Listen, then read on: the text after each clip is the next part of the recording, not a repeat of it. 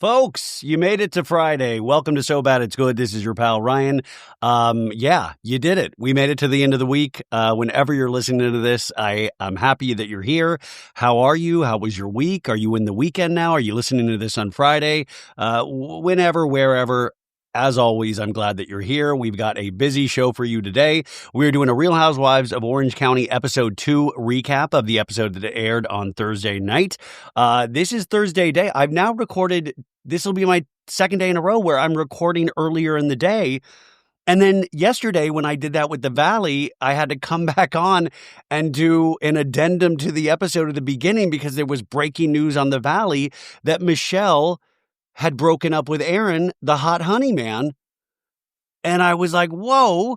And it was confirmed today. And I think Dana from the Bravo Investigator, and she has an excellent podcast herself. She's been on this show and I've been on hers. So go check her out. Give her the follow, the like, the rating, anything that you need to do. But that's where I saw it. And I had so many questions about this. I'm still thinking about this just because we are weeks away from filming season 3. And I hate to, now everything in life is a giant conspiracy. And I just thought wild that this big thing is happening right before they start filming a new season of The Valley. And then so many other thoughts because they had scenes where she was talking about how much Isabella loved Aaron. And we saw a scene earlier in the season where Isabella's FaceTiming with Aaron. She's like, I love you, Aaron. It's me, Isabella. Which Amy in our Facebook group said that because we had the unfortunate passing of Hulk Hogan today as well at the age of 71. For all those 80s kids out there like myself, WWE, WWF at the time, he was so iconic in the 80s. But Amy in the Facebook group said Hulk's memory will always live on in my Isabella impression, which I just thought, how dare you, Amy? This Isabella impression sounds like a little kid, and I can't believe you would compare it to Hulk. How are you doing? How you Isabel?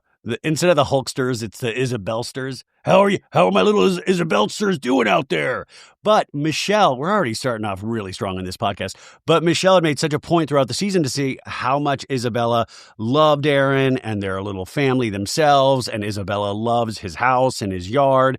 And then you're like, oh my God, you don't want to give Jesse Lally ammunition to be like, I said it was too soon.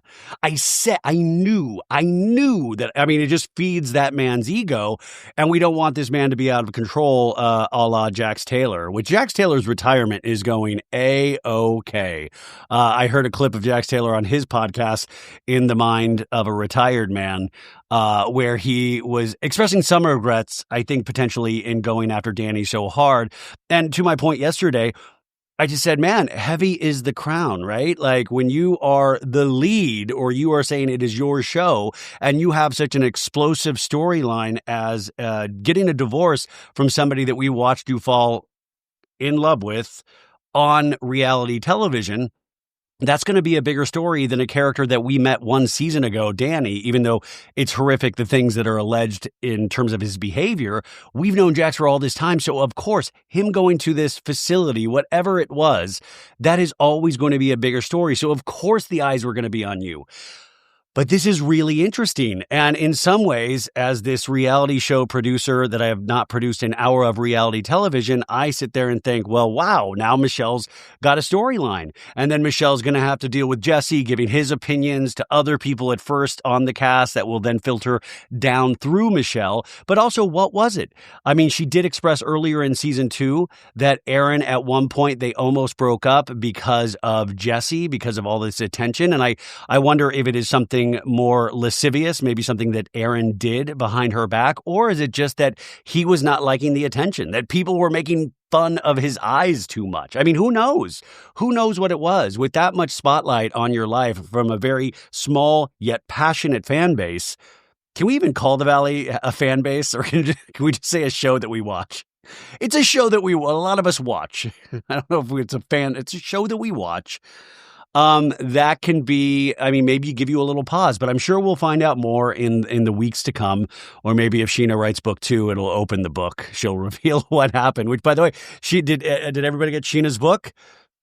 She is out there on a book tour right now, and I keep thinking about the little moments in this book.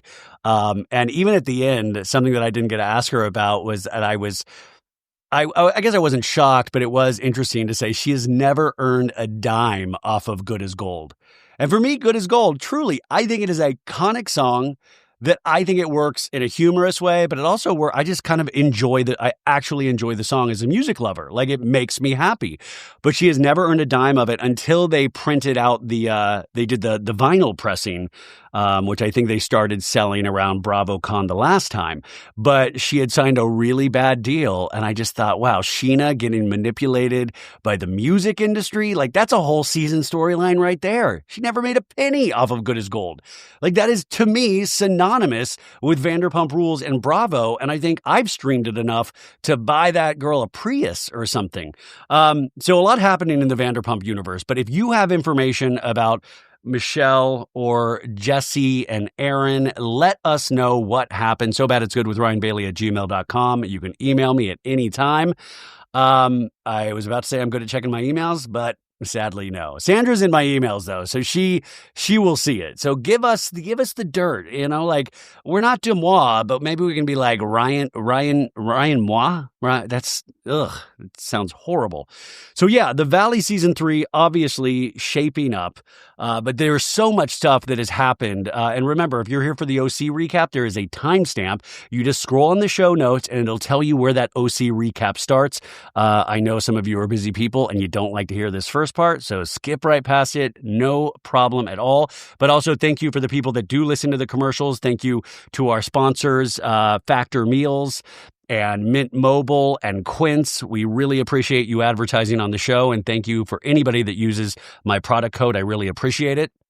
So let me tell you what I did last night. I went to a birthday dinner, for, Liat, this lady who actually owns Interior, which is the drink company that I went on that influencer trip to Vegas a couple weeks ago. And it was great. I was so excited to celebrate Liat, and I was just like kind of excited to be invited to something. I was like, this is awesome. And there was like 11 or 10 of us, or like, Jeff Lewis was there, and Doug and Jamie Kennedy and Mercedes and Reza.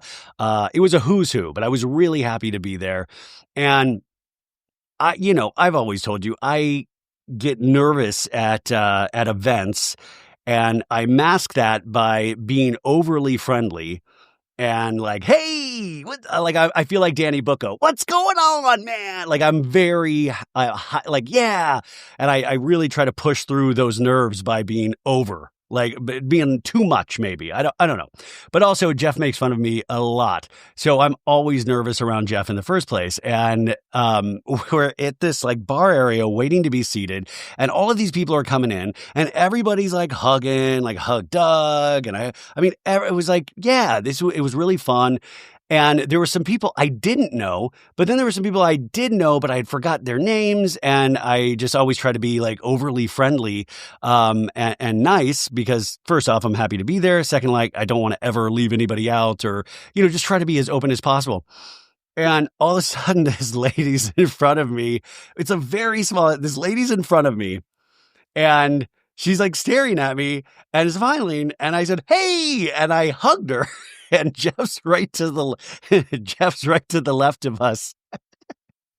And I was like, what's up? And I just thought I had forgotten this person's name. I don't know. It kind of looked familiar. I don't know. I have a bad memory as I get older. Pull this clip when I actually am diagnosed with dementia. Actually, don't do that. That's sad. But I hug this girl, like, hey! And Jeff's right there. And Jeff goes, Ryan, that's the manager. She's seating us for dinner.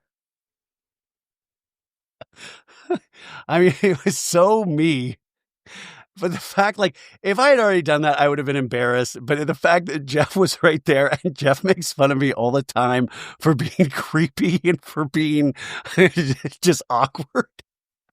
And the fact that I did this in front of him and he watched it, and the amount of glee in this man's eyes when he realized the horrific mistake I made.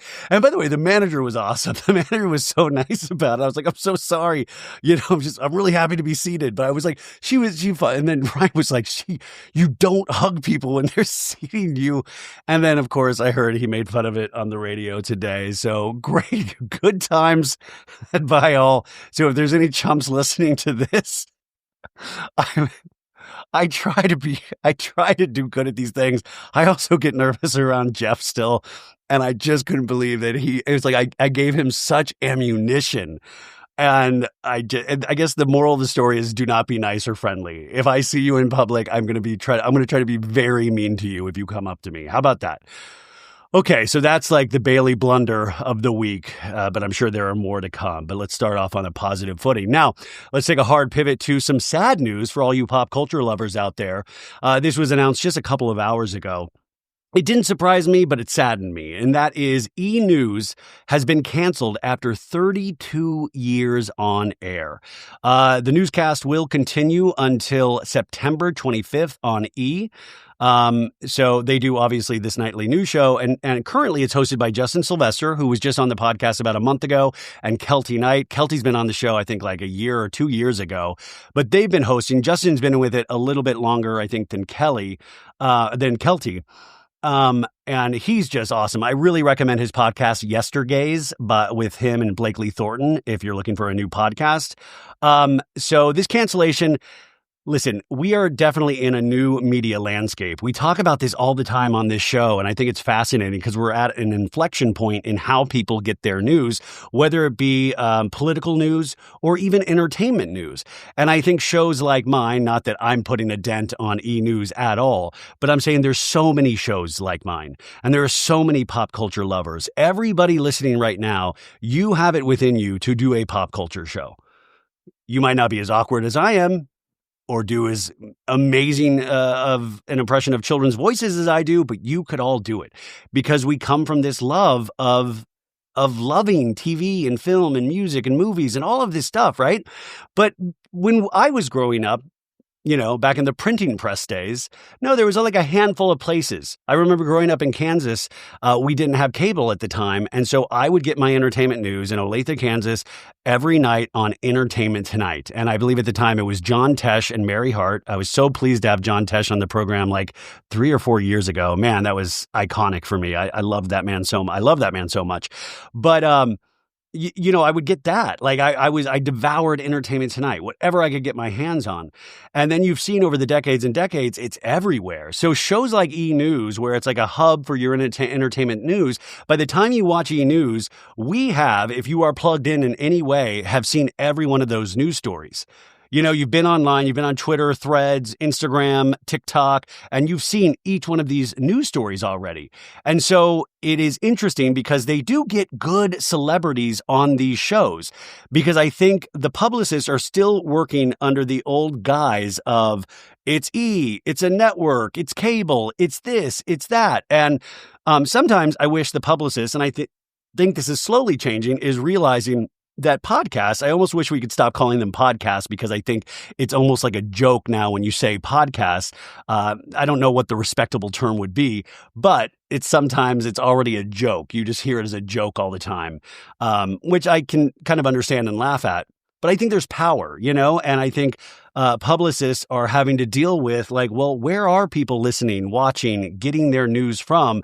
And these kind of old stalwarts, they're getting less viewers, even though they're good programs. I mean, Justin Sylvester is very entertaining. I love his gregariousness, the way he attacks his intros, the way he interviews a guest, and Kelty Knight, amazing as well. And so they're good. The show is good, but I feel like we already get all of that news everywhere. And then we see that show of all of these stories that we've already seen. But I also have to remind myself, I'm a little more plugged in than most. And sometimes I'll be like, oh, should I make a TikTok of this? I'm like, no, everybody knows that. And then I'm like, oh, no. I realized 2 days later, after everybody else has made videos of those things, that I guess nobody did know about it. Anywho, this is a conversation that I should just be having with myself. Okay, I just was made aware of Mint Mobile, and now I am using it, and I don't know why I wasn't using it before, because I was getting burned by my old wireless bill, and that's why I switched to Mint Mobile. And for a limited time, Mint Mobile is offering 3 months of unlimited premium wireless service for $15 a month on the nation's largest 5G network. You heard that right. $15, only $15 a month. Say goodbye to your overpriced wireless plans, jaw-dropping monthly bills, and unexpected overages. Mint Mobile is here to rescue you. All plans come with high-speed data and unlimited talk and text delivered on the nation's largest 5G network. So ditch those overpriced wireless. Get 3 months of unlimited service from Mint Mobile for $15 a month. I am using it. You can even use your old phone number. This year, skip breaking a sweat and breaking the bank. Get this new customer offer and your 3-month unlimited wireless plan for just $15 a month at mintmobile.com/SoBad. That's mintmobile.com/SoBad. It should be so good, but the show is called So Bad, so I get that. Upfront payment of $45 required, equivalent to $15 a month. Limited time new customer offer for first 3 months only. Speeds may slow above 35 gigabytes on unlimited plan. Taxes and fees extra. See Mint Mobile for details. Folks, if you've been listening to the show, you know that I have been on a health journey for the last couple of months, and it's going amazing. But sometimes it is so hard to go out to the store, get all the things that you need, and then cook for hours to try to uphold a healthy lifestyle. And especially because it's summer. And summer, you want to spend as much time outdoors or recording podcasts that you possibly can. So you do not want to be spending those hours cooking inside. And that is where Factor comes in. Factor's chef-crafted, dietitian-approved meals are ready in just 2 minutes, taking the hassle out of eating well. Factor meals arrive fresh and ready to eat, and it is perfect for any active lifestyle over summer and beyond. Get this, they have over 45 weekly menu options. You can pick gourmet meals that fit your summer gains and goals, and you choose from options like Calorie Smart, Protein Plus, Keto, and more. Factor powers your day sun up to sundown with nutritious breakfasts, on-the-go lunches, premium dinners, and guilt-free snacks and desserts. Factor has your whole day covered. Enjoy more this summer. Get Factor if you want all the flavor and none of the fuss. Get started at factormeals.com/SoBad50off and use code SoBad50off to get 50% off plus free shipping on your first box. That's code SoBad50off at factormeals.com/SoBad50off. So that's SOBAD, the numbers 50OFF for 50% off plus free shipping. Factormeals.com/SoBad50off. So this, like I said, was expected. In fact, if you listened to this show about 3 months ago, I talked how NBC Universal, they had a lot of changes with it. Now, NBC Universal and E, they spun off from each other. So E used to be under the NBC Universal banner, and NBC Universal Bravo is under that banner, but E spun off from that. And E is going to be folded into a new publicly traded company called Versant, Versant. It was formerly known as SpinCo. And so they are making a lot of changes at E, and this being one of those changes. Now, this cancellation comes after 3 years that they signed a contract, and it is returned from a 2-year. So the cancellation comes 3 years after E! News returned from a 2-year hiatus after it was initially axed by E! in 2020. The series, originally a daytime program, returned as a late-night broadcast. So this decision to cancel the show, Variety is reporting, is said to have come from the E! Network, and it looks to leverage its brand of entertainment coverage and commentary across digital and social platforms. A source indicates that as news consumers demand real-time digital coverage, a broadcast during the 11 p.m. slot no longer best serves the audience. E! boasts a growing digital presence with 87 million followers across social media platforms. So tonight's Thursday night's episode of E! News will be a repeat, and new episodes will resume next week. Now, usually with these things, I don't think Justin or Kelty will be able to say their piece or how they feel. It's not like Colbert, where kind of Colbert can go out and kind of rip Trump or the Paramount deal, like the South Park guys. So it'll be interesting to see if they have any comment on this or if they're able to make any sort of announcement when they pick back up filming on Monday. But I thought this was great. We like to pay attention to the media landscape, but also the digital aspect of this is fascinating. Is that, like I said, we're getting all our news from our phone. We're watching so many things and small attention span draining content on our phones. So E is boasting still such a huge number. So what does that mean? Does that mean we're going to get some sort of entertainment popcast from E News that's meant for TikTok or Snapchat or any of those social medias? That is yet to be determined. But you guys, if anybody's out there for me, I'm willing to do it. Nearly nothing. So bad it's good with RyanBailey@gmail.com. My life coach said I was supposed to try to be more confident and promote myself more. Okay, let's talk about South Park. Now, on yesterday's show at the very beginning, I talked how the creators had just signed a $1.5 million deal with Paramount, which actually, while we were speaking, we just got news that the Paramount Skydance merger has been approved by the FCC. Which there's a lot that has gone into this over the months and months behind the scenes that a lot of you guys aren't privy to because who cares, right? But it's a big merger. A lot of hands were in this. There was a lot of capitulation. There was a lot of ass kissing, and there was potentially a lot of bribery allegedly to get this approved, and it just got approved. Now, South Park returned. I gave incorrect information yesterday when I said I thought it premiered Thursday night, and it actually had premiered Wednesday night.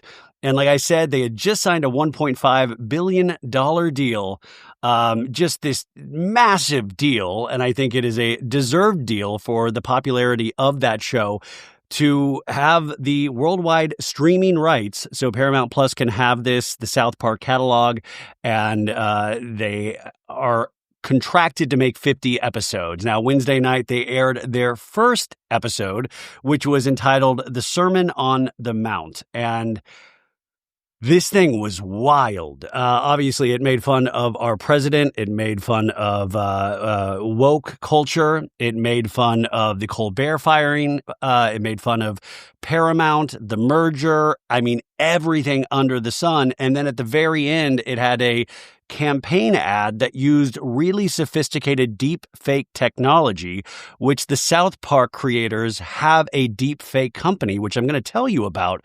And they are working with the likes of Kendrick Lamar on a secret project as we speak. But they were able to do a 30-minute episode that a lot of people are still scratching their heads of how did Paramount approve this when they had just signed a billion-dollar deal with these guys, and they were scared about getting approval from the FCC and Trump and all of this. Like, how did this get approved? So Paramount approved this, knowing that they're trying to impress our president at this time? How did this happen? Well, I'd like to recommend that you guys watch a little documentary that came out in 2011 called 6 Days to Air, The Making of South Park. You can stream it on... Well, I guess you can stream it on Paramount Plus, but let's not give them the stream. Let's go to HBO Max or Amazon Prime Video. You can stream on both of those services as well. And even though this was 2011, it takes you through a little bit of how in 2011, Trey Parker and Matt Stone would put together an episode and how last minute it was. And I think some people are always curious because in terms of animation, they do tend to send animation overseas, and it is a very long process. I know some people in animation, and it can take a very long time. There are so many drafts and edits and temporary cuts, and so much goes into this, so much work. Now, the South Park team has done it a little differently. They do it in-house. They have their own production facility, and they have had that facility for a while, but they do their digital animation on site. They record their the audio tracks on site. They do this on site, and they are able to then feed that into a satellite. And Trey Parker and Matt Stone are really fascinating. They're a fascinating case study.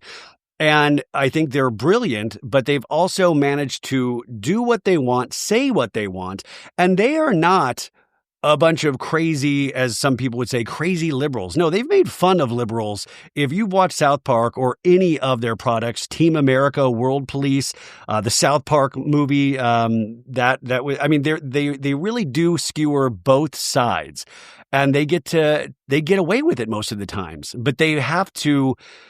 It's not trickery per se, but if you even listen to some of the interviews when they had was it Team America or the South Park movie, they were hiding a cut of the film. Like Matt Stone was literally, he had the cut of the film in his car and he was like running away with the film. Nobody could get their hands on it because he didn't want anybody to be able to touch the final product.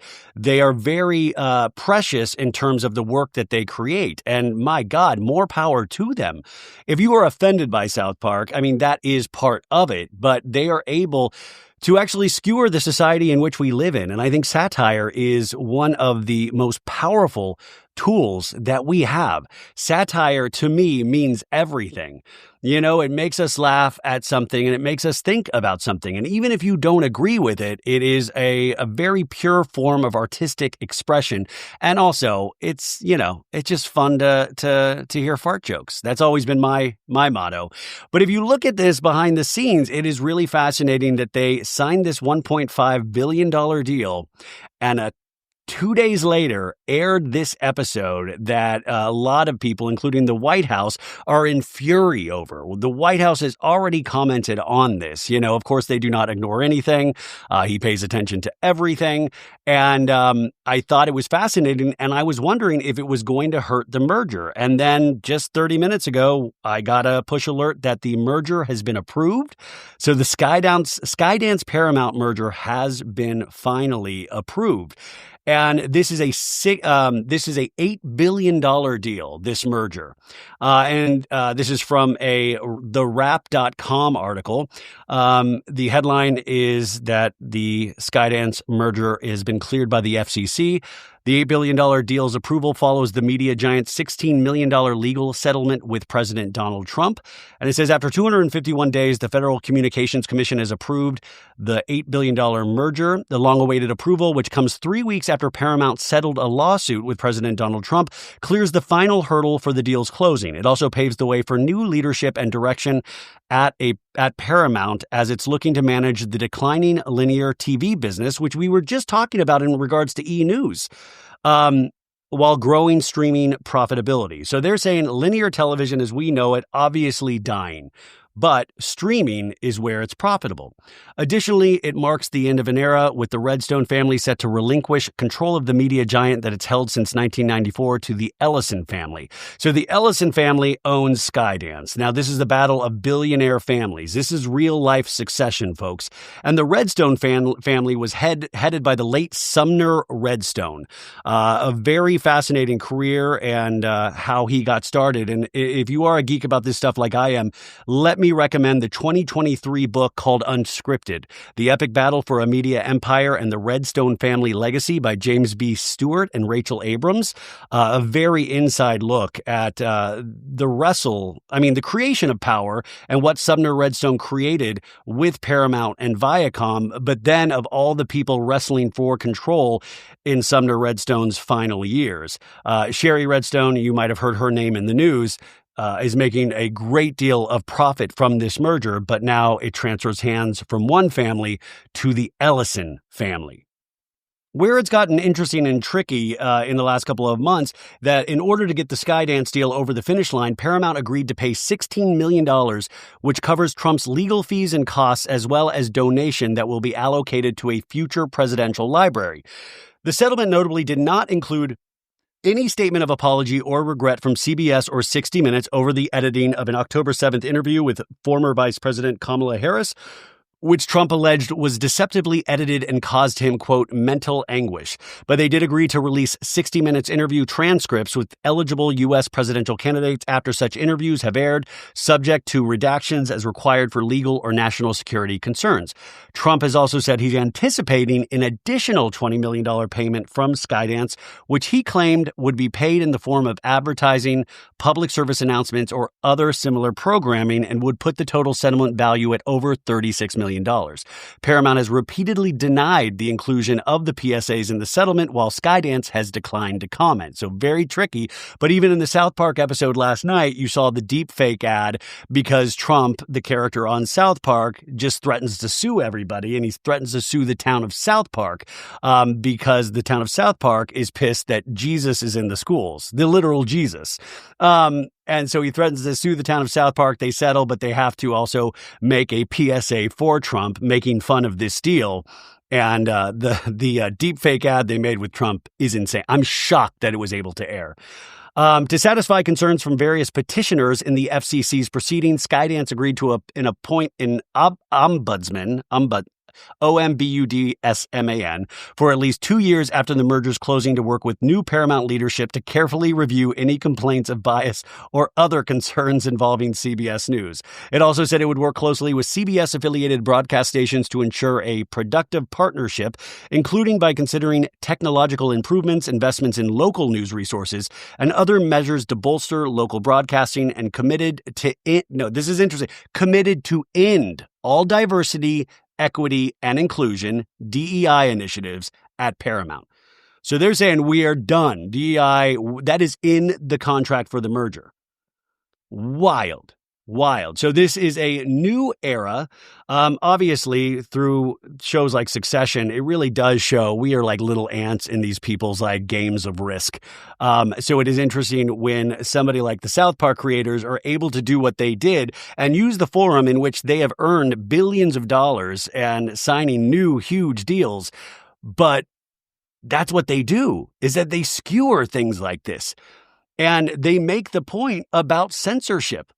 Is that, like, they literally say, we're going to get canceled. We're going to get canceled. Now, if they do decide to cancel South Park or any retribution, those guys can immediately sue Paramount and Skydance and all the people involved in the merger. And like I said last week, they had hired Brian Friedman, who works as Justin Baldoni's counsel in the Baldoni Lively stuff. So it is so entrenched. And I think it is just another brilliant move by these South Park creators to protect themselves, but also get their money.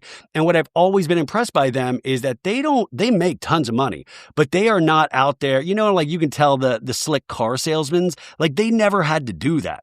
They never had to bend the knee to anybody. They've been able to do what they want and say what they want and kind of go to the beat of their own drummer, for better or worse.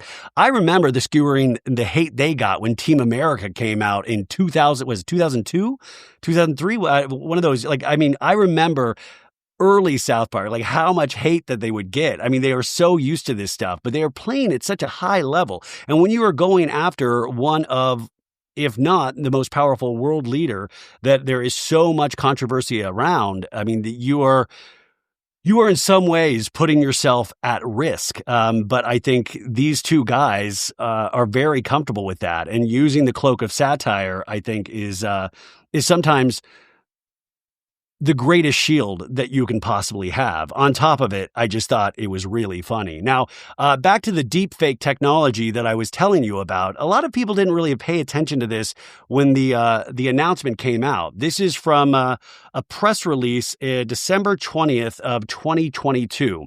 And the headline reads, Trey Parker and Matt Stone's deep fake company Deep Voodoo announces $20 million investment. Now, deep fake, you guys, is what you'll see sometimes. You'll see it's a little used on like TikTok videos. It would be like a fake Keanu Reeves. And the technology is pretty good, but you can kind of tell, like, it's where it'll be just like a normal me, but all of a sudden I have Keanu Reeves' face and I'm able to kind of say things as Keanu Reeves. But the technology is getting better and better every day. So this is in 2022. It says Deep Voodoo, the artificial intelligence entertainment startup formed by Trey Parker and Matt Stone, announced today that it secured a $20 million investment, blah, blah, blah. So they were working with all these people to get like global venture capital firms involved and creative artists agency, one of the biggest entertainment agencies in the world, as part of this. And so they were raising this initial capital. Matt Stone said, we stumbled upon this amazing technology and ended up recruiting the best deepfake artists in the world. We are psyched to share the brilliance with the Hollywood creative community. Deep Voodoo has established itself as a leading synthetic media technology platform that has Voodoo uses artificial intelligence to support productions in innovative ways that are faster and more cost-effective than traditional special effects technology. Deep Voodoo began building the world's leading proprietary deepfake technology in early 2020. Parker and Stone assembled a team of the world's leading deepfake artists for a feature film they had developed. When the film was suspended due to the COVID-19 pandemic, they quickly pivoted to building the best-in-class deepfake tools with the industry today. So you're getting a little taste of that in what you saw in last night's episode, where the Trump footage, it looked so eerily real, on top of they had Donald Trump very naked. But I also said they did use this deepfake technology in Kendrick Lamar's video, The Heart Part 5. And that video kicked off a partnership between these guys and Kendrick Lamar. And as I said, they're working on a top secret movie together, Kendrick Lamar and Matt Stone and Trey Parker. I cannot wait to see what those guys come up with Kendrick Lamar. That is amazing. So this is a very interesting story, and it keeps developing. And in fact, as I've been talking to you, I got a push alert immediately that says Paramount co-CEO Chris McCarthy to exit following Skydance merger. The executive has been instrumental in talent negotiations with Taylor Sheridan. He did all the Yellowstone. And then Matt Stone and Trey Parker. So the CEO has just exited. And you're probably going to get more announcements from other people that are leaving their jobs or being forced out of their jobs as the restructuring starts, even though they've been planning this merge for a while. So it'll be interesting to see what that means, but also what that means for consumers. And especially in terms of CBS, we're seeing the Colbert, the Late Show, that's canceled. It supposedly has 10 more months, but I would be shocked if they let Colbert go the full, be on air for 10 months, but we'll see. And also a couple people pointed out, and I said, the number one late night show is that you said, I'm wrong. The Gutfeld show on Fox News is the number one. You are right, actually. That is very true. I'm talking about network television late night programming. Colbert is number one. But Greg Gutfeld, which I mentioned last week, he has the number one late night show. If you watch Fox News, it's dominant in the ratings. In fact, the ratings on Fox News across the board are always just insanely strong. So that is correct. So this is an updating story, and I know this might be extremely boring to some of you, but I think it is so important to pay attention to the TV landscape and as it develops, and also to champion voices that will tell you some form of truth or their version of art. And that's supported. South Park is interesting because they're able to tell you, they're able to actually express their opinions about the world, but also it's popular enough to get top dollar. They earn top dollar for that show. And even if you say South Park has gone down in the ratings, sure, but as a brand, the overall brand itself is huge. So Trey Parker and Matt Stone will be appearing at San Diego Comic-Con this weekend, which kicks off its preview night tonight. Hello to all my friends in San Diego. I hope you're having a blast. But they will be talking, and I cannot wait to hear the questions asked and how they talk about the making of this episode and how quick they had to turn around. And obviously, they do not need to get approval. I wonder if that's going to change all of a sudden. But they've signed the contract, so I don't know. I think it's pretty ironclad. So we are in for a wild season of South Park if this is how they started. Okay, let's get back to reality TV, where it's safe. And we got an update on Teddi Mellencamp's health journey this week. Obviously, one of her houses that she shares or had shared with Edwin had also been or tried to have been burglarized this past week. And thankfully, nobody was hurt in that. But she also provided an update on her treatments, her immunotherapy treatments, which I think did a great deal of good for shrinking the tumors that are in her body.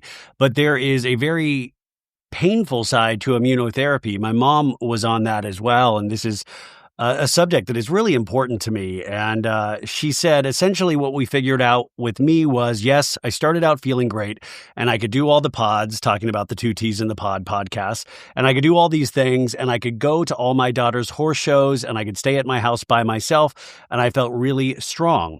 And what's happening with me is the longer that I'm on immunotherapy, the sicker it's making me. So she talked to doctors about how to proceed, and because this was kind of wrecking her body and being incredibly hard.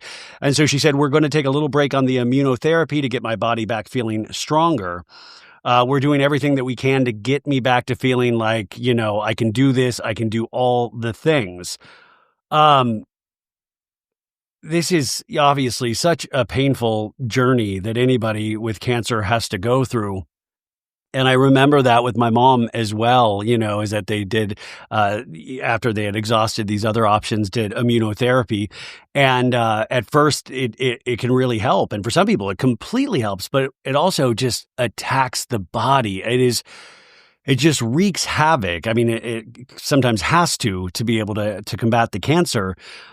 So I was saddened to see this, but I was not surprised. And it is so incredibly frustrating to want your body to be able to do all of these things, and then it is not able to do those things. And for somebody that seems to be very active like Teddi, it's got to be incredibly frustrating to not have the energy to do all of these things and go to all of these places and to live the life that you want to live. So as we start a satirical take on Real Housewives of Orange County with this recap, let's put some positive energy out to Teddi. And I do believe she has been filming some friend of appearances on the next season of Real Housewives of Beverly Hills. If I'm not mistaken, she was spotted in Arizona on a cast trip recently, which I had predicted that she would be back in some form. I thought at this point it made sense, especially with her close relationship with Kyle. So I really, really hope that Teddi is able to get her body back in shape so she can get back on the immunotherapy and fight this. But it is a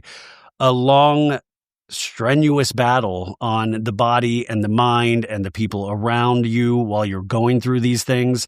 So let's put some positive energy out for Teddi this weekend. Never thought I would be saying that, but here I am saying that, man. I am so... I just hope that she obviously has a good support system around her, and I'm sure they're all telling her that podcasting will be here forever. And it seems like Tamra is able to keep that running, and there's a lot of fill-in hosts and guest hosts and stuff, and they're able to still remain a very, very dominant force in podcasting. So the podcast will always be here when Teddi is feeling better, or whenever she's feeling better, it's always there. You know how easy it is to get to a mic? I just plop my big fat podcaster ass on this chair and just turn on a mic, and it's like that. Okay. Pray for Teddi. Here we go. Okay, Real Housewives of Orange County, Season 19, Episode 2.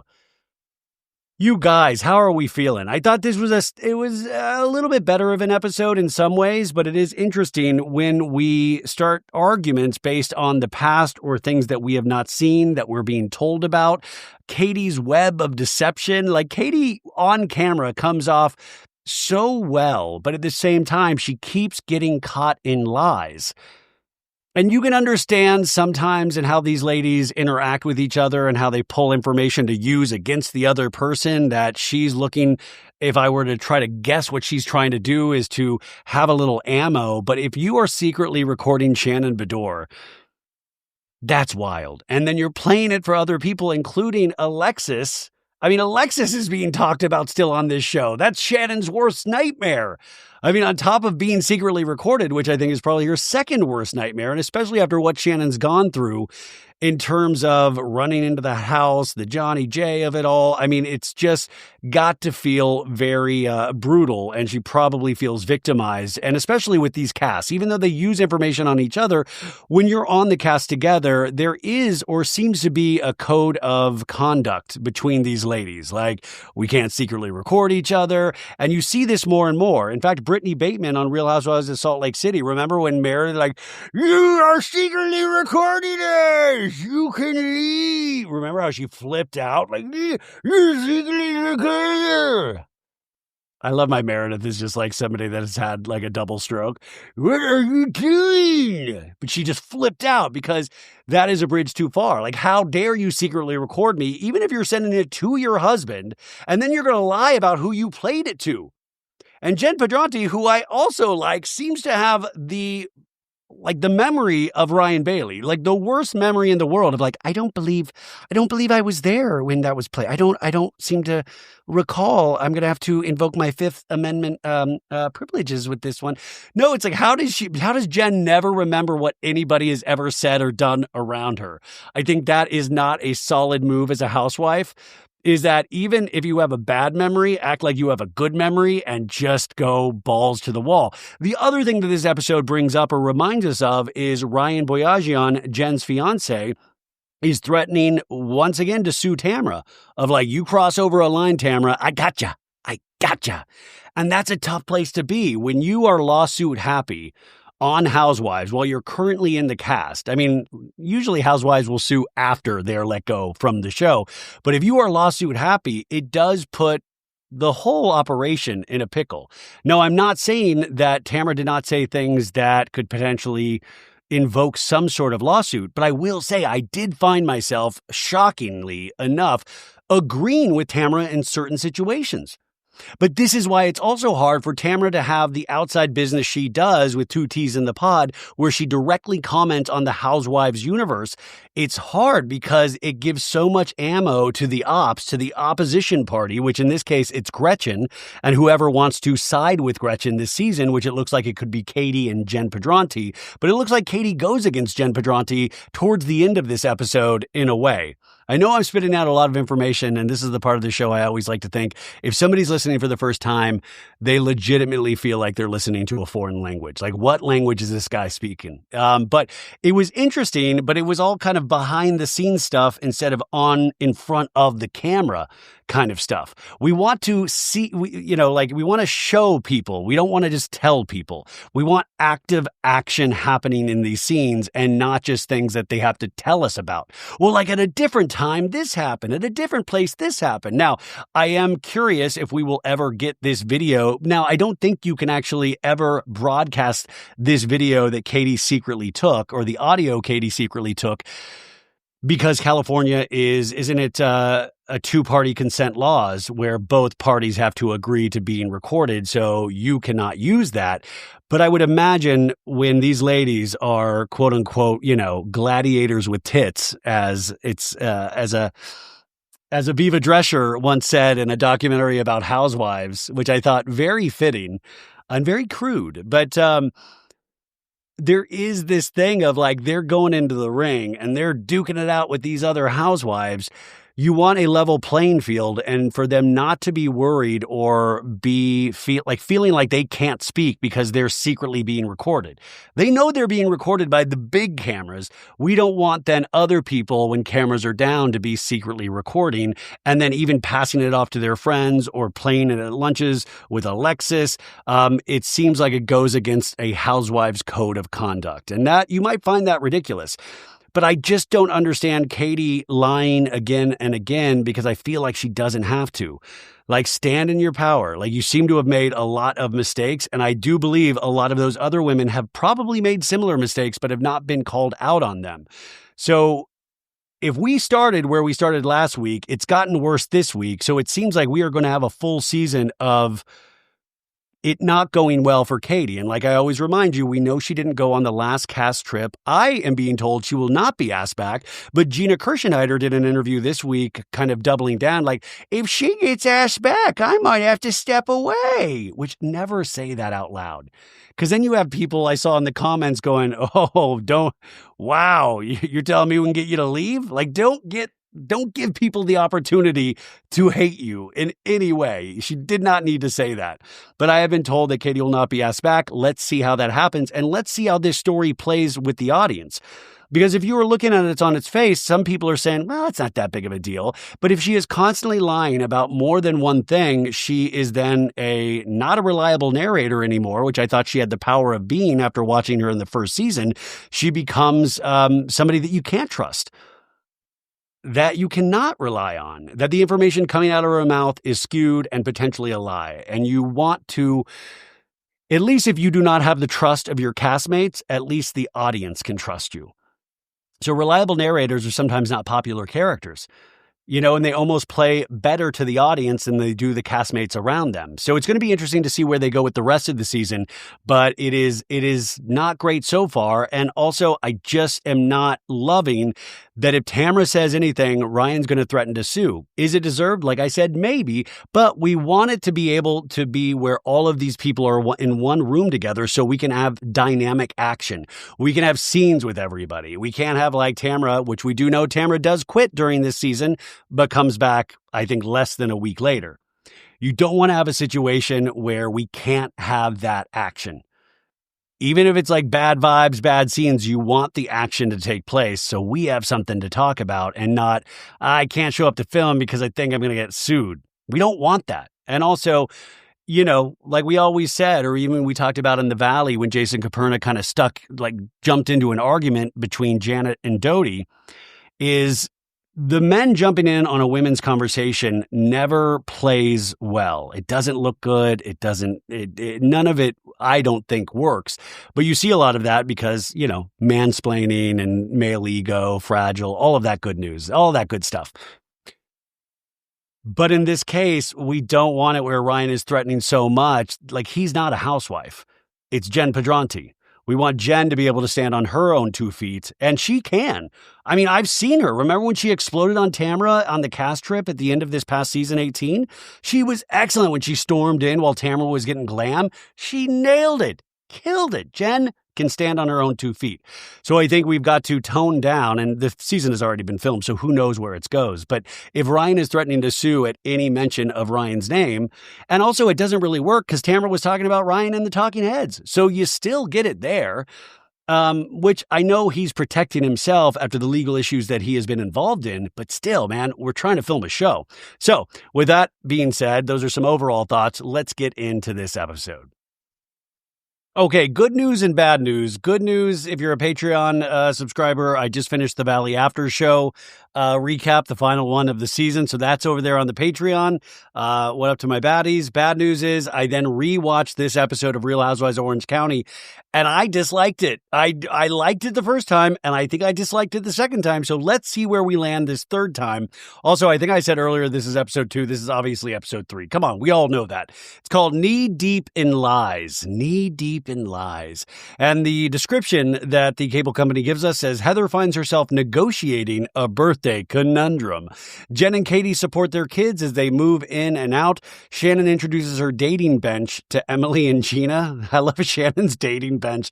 This Love Hotel is wildly successful for Shannon Bedore. She has a deep roster of failed contestants from the Love Hotel. Katie's apology attempt to Shannon is met with an explosive reaction. You know what's so funny? So I'm watching this on DirecTV right now, but when I watch it on Peacock, their description is like 2 or 3 sentences. This DirecTV description, this is a very in-depth description. This isn't a plug of DirecTV. I'm just saying it's refreshing. You go to Peacock, hardly a description at all. On the Valley, they're just like troubled people in their 40s. The Valley. That's the description for every episode. Now, it was very exciting today for those of the people out there that like Housewives taglines, is that the OC taglines came out. They usually now hold them to the 3rd episode, I've noticed. And these are the taglines for these ladies this season. Let's go over each of these, okay? Okay, here's Jen Pedranti's. It can be hard, but so are my abs. So hers was, life can be hard, but so are my abs. Okay. So yeah, because she's got a rock hard bod, right? Like mine would be, life can be flabby, like my love handles. Hey-o. So that was Jen Pedranti's. Who do we have next? We got Shannon Bedore. The only dogs in my life are golden retrievers. Okay, so Shannon Bedore's was, the only dogs in my life are golden retrievers. Not that dirty dog Dick John Jansen, just actual human dogs, not men dogs. So Shannon's was okay, like so far 2 okay ones. Let's see who we have next. I may not be your cup of tea, but I'll bring you an espresso martini. Okay, Emily Simpson's, I may not be your cup of tea, but I'll bring you an espresso martini. I may not be, I feel like it's a game. Like I'm like, how long do I have to figure out what this means?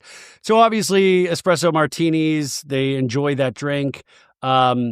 So, hey, I'm not a cup of relaxing tea. I'm something that's going to jolt you awake and make you shit all night. Is that what Applebee's meant? So I don't know. None of these I'm like insane over yet. Okay, here is Heather DeBrose. I love life in the hills. So I always take the high road. I love life in the hills, so I always take the high road. And that is, I almost feel like that's telling on herself. It's like, yes, I don't live in Orange County. I live in Los Angeles in Beverly Hills. Like, I feel like that tagline should get her thrown off of the show. But it's another reminder that, yes, I'm Heather. I'm so rich. I'm very rich, you guys. You don't understand just how rich I am. Okay, here's Gina. I may work in real estate, but that doesn't mean I'm buying what you're selling. I may work in real estate, but that doesn't mean I have to buy what you're selling. I think a stronger one would have been, Travis has huge balls, his testicles, he's got scrotox. Woo! I'm Gina. So, yeah, Gina's in real estate. That's what we got from Gina's. Okay, so now we have Katie Janella. I swear to tell the truth, the whole truth, and nothing but my truth. Okay, that's hard when the first 3 episodes of the season, you've been caught in multiple lies. So obviously, yes, her storyline is lies, but also she's very deceptive potentially when she says the whole truth and my truth, which sometimes your own personal truth is not the actual truth. So there's an air of mystery about Katie's. Okay. I'm taking a hard look in the mirror, and my reflection is still hot. Tamra's taking a hard look in the mirror, and her reflection is still hot. I'm taking a long soak in a bathtub with Eddie, and it's still grossing people out. Woo! And that's it. Those are the taglines. What is it? Am I just tired? It really fell flat for me. I hate to be a Debbie Downer, a Danny Downer, a Pantry Danny. I hate to be that, but it just did. And maybe I just feel like I'm tired because this episode then didn't do it for me on the second viewing. What is wrong? I'm going to blame myself. I just wanted more. And maybe what it is, I was watching this episode, and I think also this is, we relate to it in our own lives in a sense. I'm obviously not a housewife, but I watched this since day 1, season 1, OC. I was there night 1. And I think what it is, when you're tired too, this happens, is that I was watching it the second time and I was like, come on, man. Like, yeah, what are you surprised about? Yeah, everybody's talking behind everybody's back. What are you surprised about? Like another birthday party, really? Another thing where it's like, yeah, I'm rich. We're rolling joints over here and we're doing caviar bomb. Like, I'm like, come on. We need something new. I want something fresh. Each of these ladies are potentially amazing individually, and I'm not saying they don't work as a group. I guess I feel like it's a little bit of been there, done that in a sense. And I don't know. I just want not a fresh group. Shakes fist at sky angrily. What you don't hear or see at home, folks, is that I will scream like that and then I will pause and I will look at my phone to try to calm myself down. And I open TikTok, which is I'm like a dumb way to calm yourself down, right? And I open it and I just got the nicest message on a comment on one of my TikToks from a listener named Cricket.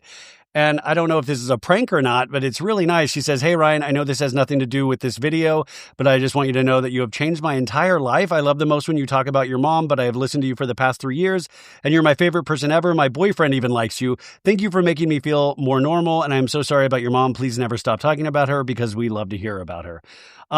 Cricket, thank you. And tell your boyfriend I said, hey, and that is so awesome. And it makes me feel so good. And I have a hard time accepting compliments. So I think this is like fake. I can't tell if this is AI or a chatbot or something, but it's so nice. And it like pumps me up and it makes me excited. And I don't get to respond to a lot of people. And I have a weird thing, like I said, with taking compliments. So that's hard, but that's just so nice. And so Cricket, if you're listening or watching, thank you. And I'm just so glad your boyfriend tolerates me. That's all we can ask, right? Because this potentially could grate on a boyfriend or a husband's nerves, I would imagine, because I grate on my own nerves sometimes. And I will never stop talking about my mom, even though I feel like I sometimes talk about her too much. But I wish I could share that with her. And this weekend especially, I wish she was here with us. But Becky Bailey, I was about to dedicate this OC recap to her, but like, She doesn't need that kind of bad juju. What are you talking about? Oh, I wish Becky was still around, even though she would have been married to my dad still. It would have been great to see Becky Bailey on Love Hotel with Shannon Bedore. That's what I would have loved. I would have loved to have seen Becky kind of rabble-rouse with Shannon and like Heather. I know she'd been like, Heather's a little too hoity-toity. Heather's a little too hoity-toity. And I bet she'd like Tamra, but then she'd hear something Tamra said and she'd be like, that is not the person that I met. That is shocking, Ryan. It is shocking. And I think you know what? I think she pretty much got along with everybody, but then she'd tell you how she'd really feel. But like, she's like, I'll tell you this. I will tell you this, Ryan. So we speak your name, Becky Bailey, as always.